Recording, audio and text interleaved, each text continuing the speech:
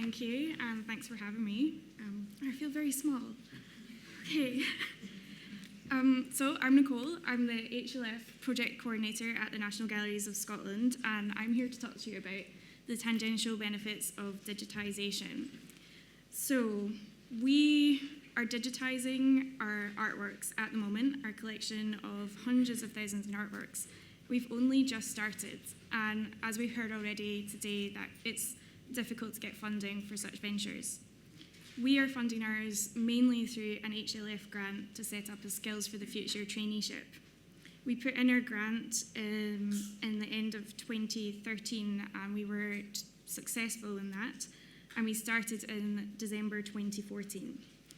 So it's this process between the grant application and planning the traineeship that I'm going to talk about today, and it's this process that I believe brought skills to more than just the trainees and the project team, but in fact all of our organisation. These are some of our trainees in the studio, working very diligently. And I should apologise, I found an online graphics software and it was a great procrastination tool, so you'll see a lot of jazzy graphics today. So to provide some context, we started this project in November 2014, and at that stage, we had 5% of the National Gallery's collections digitised and only 1% of the Portrait Gallery. Now, the majority of our artworks are works on paper, so sketches, prints, and photographs. And that's what we decided to start with. We didn't want to go straight in with sculpture or anything too difficult. And a digitisation project manager was hired to come in and devise a workflow for this project. And she scoped out what kind of equipment we would need, where we would digitise, and all of this sort of associated minutiae detail. So we started with 2 studios, one in the Scottish National Gallery and one in the Portrait Gallery. Each studio has the most up-to-date equipment, so we've got phase 1 cameras, copy stands, continuous and flash lighting. Each studio also has its own photographer, but more importantly, from my perspective, each studio has 2 trainees. So we have 6 trainees in total. They're with us for 18 months, and we'll have 2 batches of this, so it's a 3-year project. This is a kind of overview of the timeline of the project, so you can see this initial bid phase. We recruited our trainees from August to September. They underwent a months-long induction in November, and they started their collections digitisation qualification in December, and that ran until January. I'll talk much more about that coming up.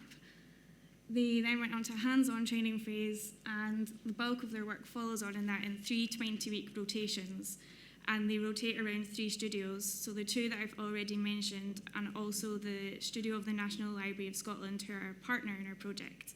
So I'll also talk a bit more about that later.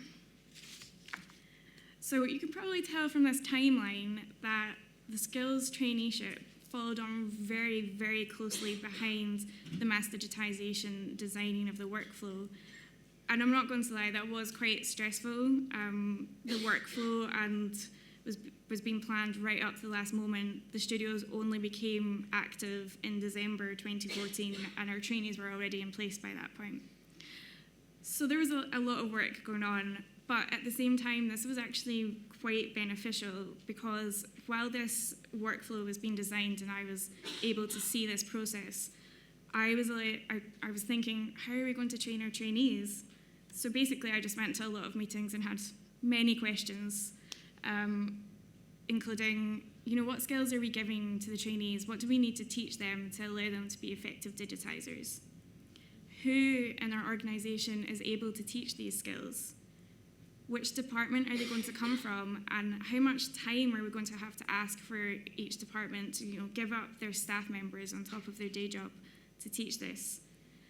I don't know about the rest of you, but space is a real premium in the galleries, so where are we going to teach the trainees? Where are we actually going to do this training? What equipment are we going to need? And how are we going to order the training? How are we going to design this plan? Now, the answers to these questions are actually very important, because we committed in our HLF bid to delivering a collections digitisation qualification. So this is rated and vetted by the Scottish Qualifications Authority, and we really need to deliver something great for the Scottish Qualifications Authority to approve it. So we did get approved, and we designed a level 7 qualification, which is the equivalent of a Scottish Advanced Higher or an A-level here. And it's worth a significant number of credits, which our trainees can then use to go to university afterwards, which is a nice bonus for them. Initially, we developed the qualification in units. So we wrote these units at the very start in 2013, before I even was thought of at the galleries. And we organised it into 6 units, as you can see here. But in reality, when we came to teach the qualification, everything had moved on so far, and there was a new mass digitisation workflow that we couldn't teach in this way. We wanted to teach the process from start to finish. So what we did was we took the learning outcomes that sit under each of these 6 units here, and there's 23 of them, and we reordered them into modules. And these are the modules here, which you can see are quite vast in their range. We start with an introduction to the cultural heritage sector. We then move on to their cataloguing section. They then learn about curation, art handling, copyright, digitisation, and finally how to actually get the output of this digitisation project online. So they're in a really privileged position in learning about the whole process. We had to involve 30 staff members from across the organisation to teach this qualification, so it was a really significant commitment of time and resource, but everyone was very invested in it. And it was this teaching and formulation of the qualification and all the associated materials that brought a lot of skills to staff across the organisation. And I'm just going to outline some of them. The first is the processes and communication that we were teaching the trainees. So we were looking at how were we going to impart the knowledge of certain processes, like how do you handle an artwork, how do you move it from storage to the digitisation studio, and how do you teach someone that you need to provide some sort of guidance, guidelines, workflow or something. So we had a lot of different staff members across the organisation working on this. And because we'd reordered some of our learning outcomes, there was some overlap. And staff members from art handling had to work with curators. And that increased communication between departments, and some departments that don't normally communicate on such a level. So for instance, we had our curators and online content creators working quite closely together to think about how were we going to get all of the artworks that were digitised on our website. So normally there's a kind of lengthy caption writing process that we put the artwork on the website, and there is a nice contextual description that goes next to it. But that was for the 5,000 artworks we had on the website. We're now trying to put 100,000 on there. So our curators and online content creators worked together to think about how could they streamline this process. So this communication between departments led to a natural process of evaluation and streamlining. We've heard a lot about copyright today, and that was also something that was reviewed. We have quite a lot of works that are in copyright, by no means the majority, but it's something that the organisation is now reviewing as a result of this project, and we'll be hoping to implement a one-touch approach. So the organisation is scaling up in many ways as a result of this. The second skill that I have listed here is training delivery. So it was all very well getting people from across the organisation to think about teaching the trainees, but they actually had to then go and do it. So we had to train them to be able to train our trainees. This all got very complicated. They attended a train the trainer session delivered by our learning and development consultant. It was very Inception-like. He was training us to train whilst training us. It was really, really effective. But the result of that is obviously we now have 30 staff members across our organisation that have been trained to train others.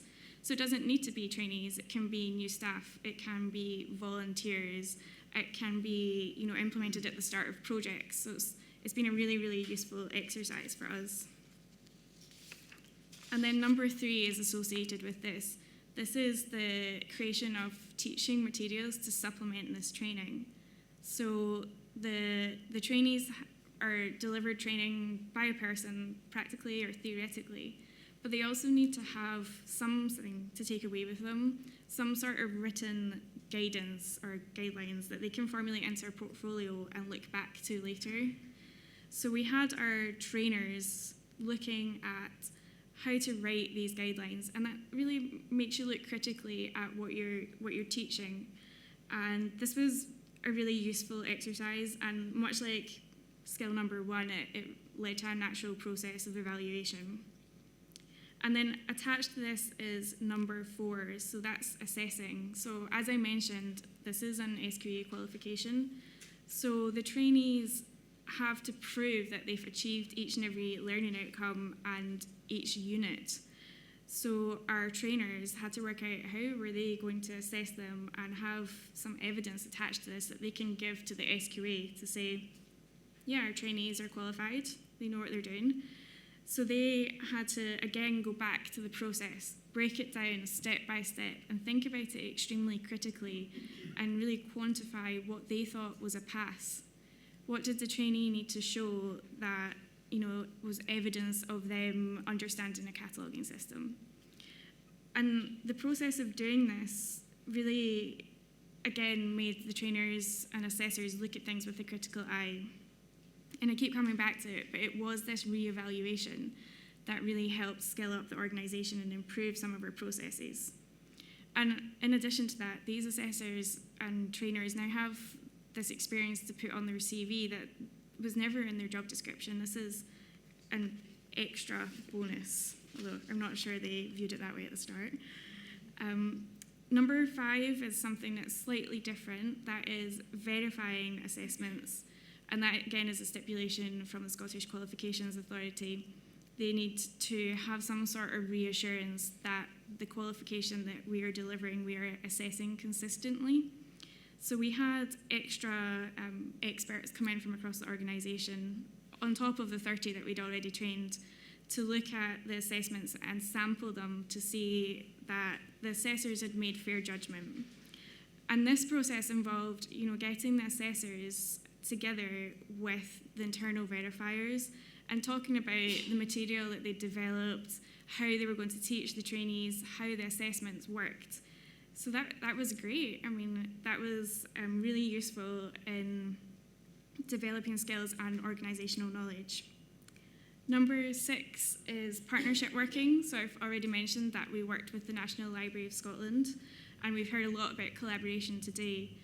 We worked with them from the start. We didn't have a digitisation project when we put in this bid, so they helped us scope out what equipment, what spaces, what internal expertise we'd need, or indeed what external expertise we need to bring in. And this was really helpful in the skills sharing at the start. And as we moved forward, we tried to reciprocate by opening up some of our training sessions to staff across both organisations. And we may not have been great at it at the start, but we will open far more up going onwards. And also, we have 2 trainees there for 20 weeks, and they work with their digitisation officer. So she is now trained to train our trainees. That's an overused word in this project.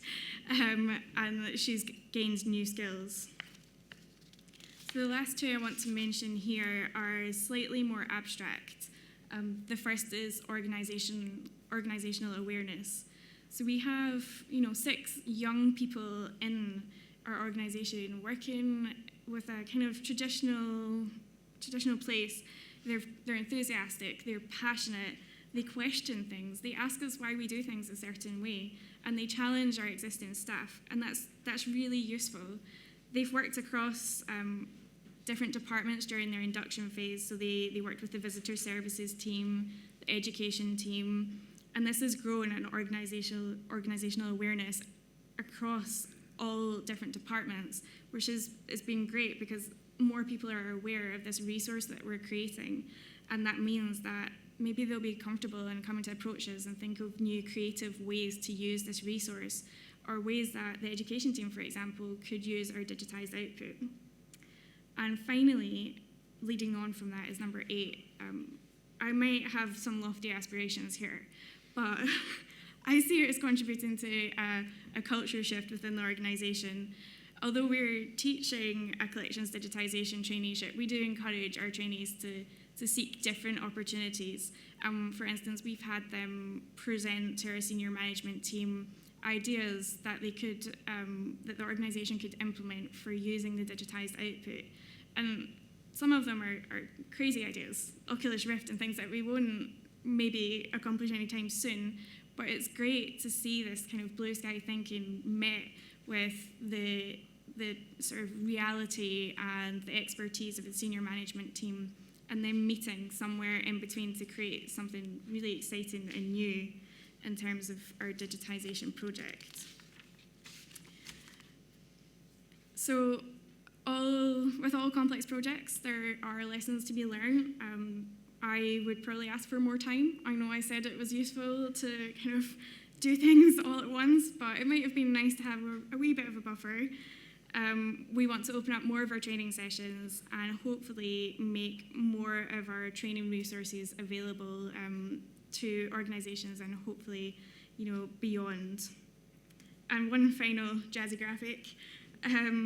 So I kind of see this as a pyramid. So at the top, we've got our trainees as the smallest number and the most concentrated skills.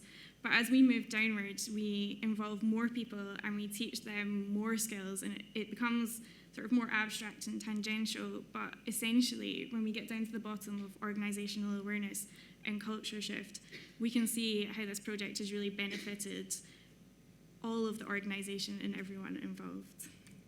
So, thank you very much.